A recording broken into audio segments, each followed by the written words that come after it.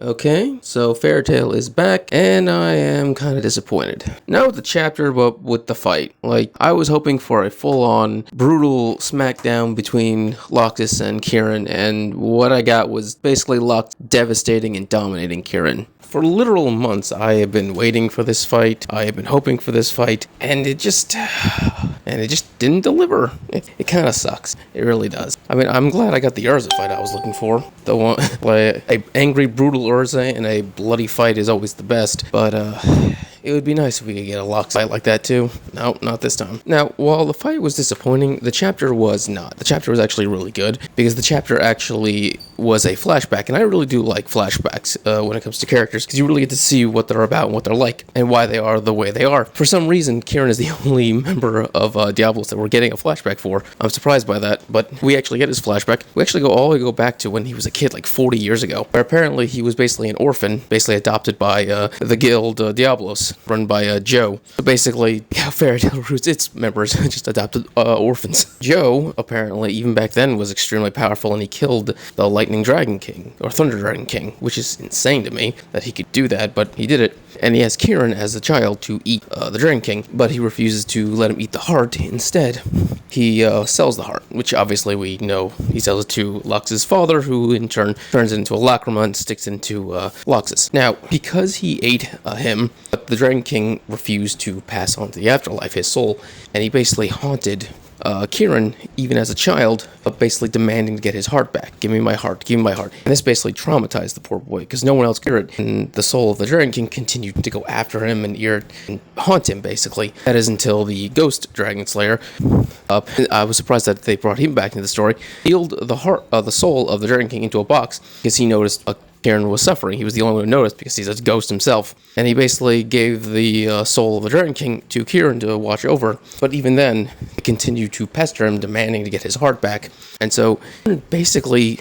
went insane, you could say, because of this dragon soul constantly berating him to give him back his heart. And so when we come back to the present, we actually get to see that sort of madness that Kirin has been holding in all this time when he finally gets a chance to get the heart of the dragon back by forcibly sealing Loxus into the coffin with the soul. And he's basically like, yes, eat him, get your heart back, get it, finally be whole again so I can be done with you. I was super desperate about this. Now, this, of course, fails, because Loxus busts his way out of it, out of the coffin, and rips out the Dragon Lacrima. That's insane to me. He straight up just removed his Dragon Slayer abilities from his body. Or at least it should have. We'll get to that in a second. But he basically just nerfed himself, like, massively. Like, it was no big deal to him. And he's like, you know what? I never wanted it. I don't like this power. It was forced upon me. I'm getting rid of it. So, it's actually really nice to see Loxus continue on his character growth, where he's finally being able to just remove every aspect of his deadbeat dad from his life. This including removing the unwanted dragon heart. Now, here's the crazy thing. Okay, so Loxus starts to say to Kirin that the dragon wanted its heart back so he can get its power back to kill Kirin, because Kirin is the one who just desecrated his body by eating him. Kirin starts freaking out, and so Loxus says, well, I made a deal with him, now I'm going to kill you for him. And Loxus sucks up what Kirin believes is the dragon soul. It's not. He can't actually hear the dragon soul. He can't actually hear it talking. What he actually ate was this magic power that was inside the coffin. Here's the thing. He removed the lacrima, which means he shouldn't have dragon lungs anymore, which means he shouldn't be able to do that. So, that means he's still a dragon slayer even without the lacrima?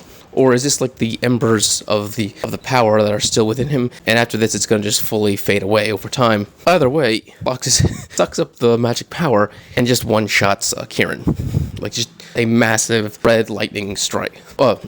Lightning, it's a red Thunder Dragon King.